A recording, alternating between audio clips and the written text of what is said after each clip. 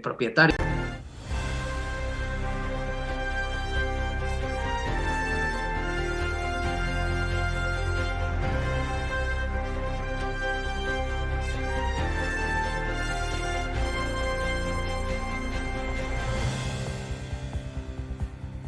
Abrimos nuestra segunda mesa de debate aquí en Analízale, hablando de arquitectura y urbanismo en el siglo XXI. Para ello contamos con nuestros magníficos invitados. Por un lado, Ramón Cañas Aparicio, arquitecto, buenas noches. Gracias, buenas. Y José Ángel Robla Blanco, ingeniero técnico industrial. Buenas noches, ¿qué tal? ¿Todo bien? Todo bien. Bueno, pues si os parece bien, nos vamos a meter en materia que el tiempo apremia. Ramón, el urbanismo que se ha realizado en las últimas décadas en León, ¿qué opinión te merece estas zonas de mayor peatonalización para mayor confort de la ciudadanía, la zona de los 30, por ejemplo, de los peatones, de los vehículos? ¿Qué opinión te merece todo esto? Vamos, yo creo que el desarrollo lógico que está llevando el urbanismo ahora mismo es el derivado del que ya hemos podido ver también a causa de la pandemia que nos asola, en el cual, pues bueno, se está tratando de recuperar el espacio urbano para el ser humano, para el individuo, no solo como un medio de, digamos, de vialidad o de transporte, ¿no? Y en ese sentido yo creo que, digamos, es la vía o el camino en el cual nos queda para poder seguir utilizando y revitalizando la ciudad que tenemos, ¿no? Que a partir de ahora, además, yo creo que es una época en la cual ya los grandes llamados crecimientos expansivos es una cuestión ya del pasado, de unas épocas de un desarrollo económico, digamos, desaforado y sin mucho sentido. Y creo que hay que volver a la vista y la intención de volver a recuperar y a tratar mejor todos esos espacios que ya tenemos construidos de gran calidad y que estaban normalmente pues ya muy degradados o muy vilipendiados por el mal uso que hacíamos de ellos, ¿no? Con lo cual yo creo que eso, en teoría, lo que son cuestiones de accesibilidad, de disfrute del espacio libre y del espacio urbano, como no solo un medio, digamos, para una vialidad mecanizada que nos ha llegado a tener un desarrollo extremo, pues es una cuestión que yo creo que es lógica si queremos sobrevivir y vivir mejor como seres humanos, ¿no? O sea que, José Ángel, el término que, por ejemplo, Le Corbusier había acuñado en la década de los años 40, que el automóvil era el futuro, el automóvil iba a ser el dueño y señor para acercarnos a esas maravillosas casas que estaban en los aledaños de la ciudad, ha quedado un poco desterrado por esa masiva concentración de habitantes, ¿no? Yo creo que estamos cambiando un poco las cosas. Es decir, todo la parte que hacemos los ingenieros, estamos cambiando la movilidad de las ciudades. Hasta hace pocos años no había puntos de recarga de vehículo eléctrico. La ingeniería está haciendo un esfuerzo grandísimo en mejorar el sistema de almacenamiento de energía en baterías. Eso nos va a condicionar muchas de las cosas y va a condicionar hasta los espacios externos. Yo creo que el urbanismo muchas veces va a tener que adaptar a estas nuevas tecnologías y nos va a condicionar todo. Es decir, vamos a poder movernos de formas distintas, vamos a poder almacenar la energía de forma distinta, los vehículos van a ser distintos, todo va a ser un poquito distinto. Lo estamos viendo ya. Hasta hace poco, ¿cómo iluminábamos las ciudades? El nuevo cambio a LED es una nueva tecnología que desde la sección de ingeniería, pues todas esas ingenierías que están trabajando ahí. ¿Todo eso lo promovéis desde el Colegio de Ingenieros? Los ingenieros estamos en todas las distintas ramas que trabajamos, estamos detrás de todos esos nuevos avances, ¿no? Entonces... ¿Y tenéis previsto algún tipo de elementos anti-COVID? Porque yo he visto algunos compañeros ingenieros que tienen preparados algún tipo de plata y algún tipo de... Ha sido impresionante. Sí, la participación que hemos tenido los ingenieros en esto. Muchas personas que nos están viendo recordarán el esfuerzo que se hizo para los respiradores pulmonares. Ya se nos ha olvidado. Pero hubo gente de ingeniería trabajando en diversos ámbitos para poder fabricar respiradores de forma rápida, con elementos reutilizables. Eso es una de las grandes contribuciones. Otra que hemos tenido muy importante, hemos dicho desde el primer momento, una de las grandes influencias en el tema COVID es la ventilación. Hay que ventilar los edificios. Hay sistemas mecánicos, sistemas controlados, recuperación de energía, pero hay que ventilar los edificios. Y yo creo que es una de las facetas en las que estamos, ¿no? Vale, Ramón, una pregunta un poco incómoda, entre comillas. Los arquitectos provinciales surgen a partir de 1858 y luego fueron sustituidos por lo que fueron los arquitectos, digamos, dependientes de la Diputación. Y en cierta medida esa figura se gestó para no dar cabida a los ingenieros en aquel momento.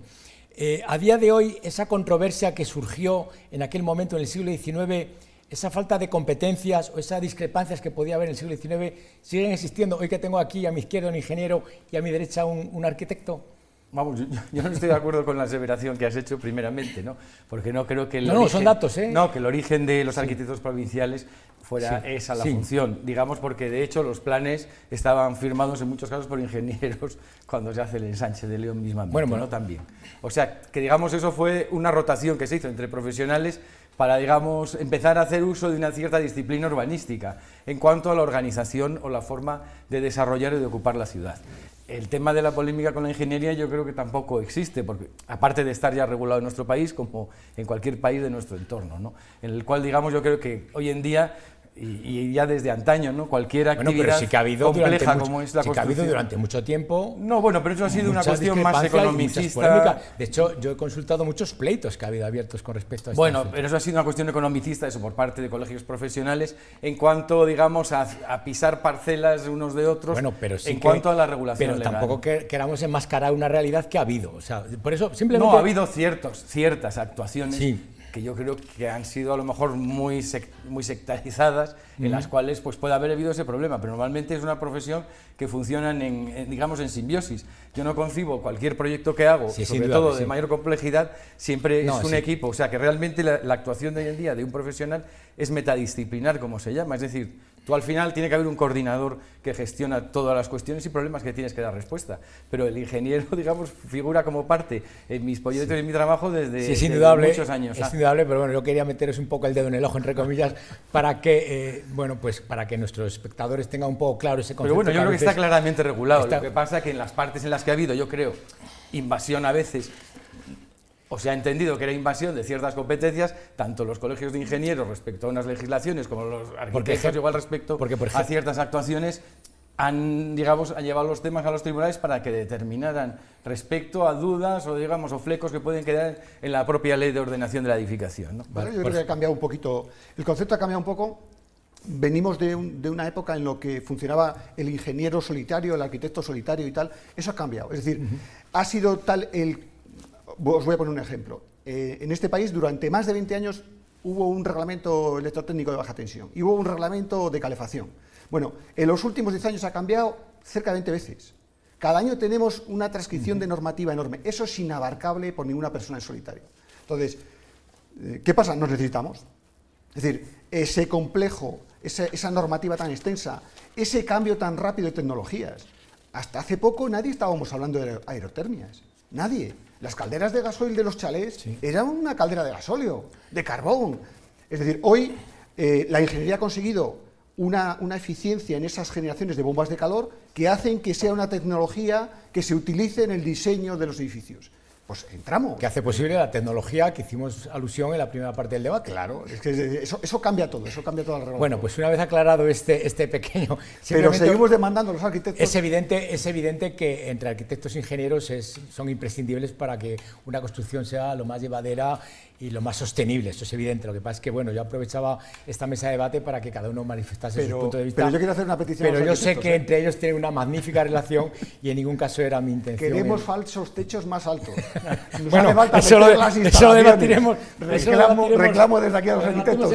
Por favor, hacer más espacio. Ramón, hoy en día, como se reducen las escaleras, dices al final... No, es que la normativa, absurdamente también, yo creo que la arquitectura no se ha hecho mejor porque esté más normalizada, ni más habitable, ni mejor calidad, ni con mayor bienestar, sino que yo creo que en muchos casos ha sido mucho peor. Y es que yo creo que también quiero partir una lanza a favor que en la época en que trabajó mi abuelo, por ejemplo, los proyectos eran 4 hojas y se hacían casas seguramente 1000 veces mejores que las que se pueden hacer hoy en día. Abuelo quiere decir que Ramón Cañas Aparicio es nieto del famoso Ramón Cañas y del Río. O sea, eso es que muchos espectadores no lo conocerán, pero bueno, uno de los grandes arquitectos de... Que la calidad no quiere decir que está ligada al grosor normativo ni al grosor documental que se acompaña, sino al hacer de las personas, ¿no? Muchas veces a la educación y a la formación. Tú como arquitecto, me viene a la cabeza, según estás comentando, cuando tú planteas un proyecto, te ciñes mucho al propósito que tu mentor, tu mecenas te dice, o tú intentas convencerle, o es un acuerdo mutuo. ¿Cómo suele ser este tipo de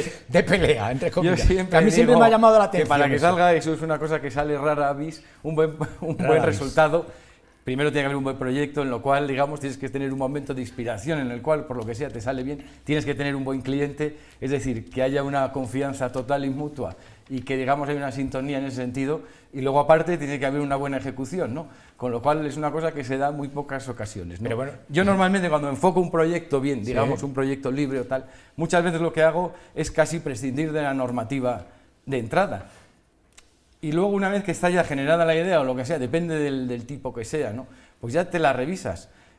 Lo más seguro es que incumplas cantidad de prescripciones que luego tienes que ir encajando de una u otra manera. Pero por lo que digo, porque a veces llegamos a unas aberraciones tales en la normativa que también a veces generan un producto que es mecanizado, para lo cual... ¿Aberraciones? ¿Te refieres? Sí, sí, aberraciones, sí. Con lo cual, a veces dirías, es que casi esto lo podría hacer al final una máquina para generar que va un poco este tipo de estandarizado producto. Todo eso, va un poco... No, a veces se quiere regular general. tantas cuestiones que se llegan incluso a contradicciones dentro de la propia regulación. ¿Sí?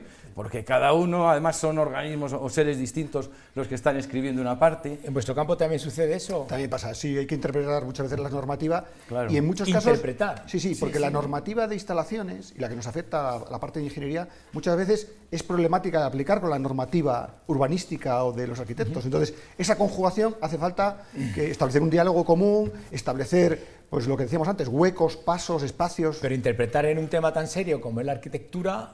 Todo es susceptible de ser, ¿no?, encajable. Claro, sí. porque a la hora de la verdad estés construyendo edificios que tienen No, que yo no te hablo de normativa de seguridad ni nada en contrario. O sea, Yo de normativa, a veces son normativas absurdas o que se puede llegar a creer que son arbitrarias en cuanto a rollos dimensionales o cuestiones. O sea, que a veces en la casa de cada uno hay cosas que puede hacerlas o el propio propietario la quiere de una determinada manera.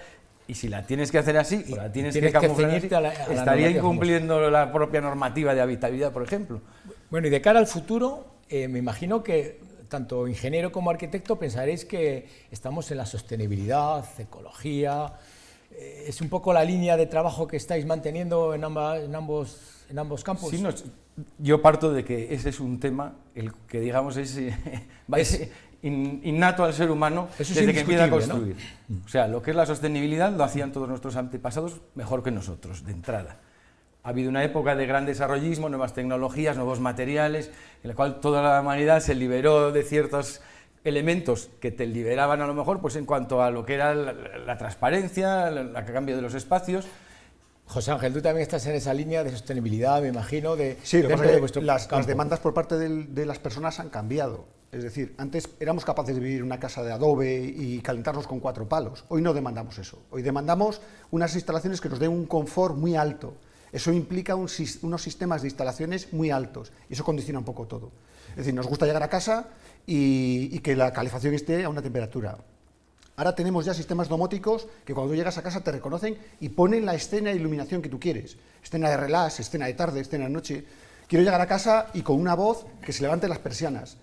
Todo eso, hay una tecnología, hay una industria detrás que lo genera.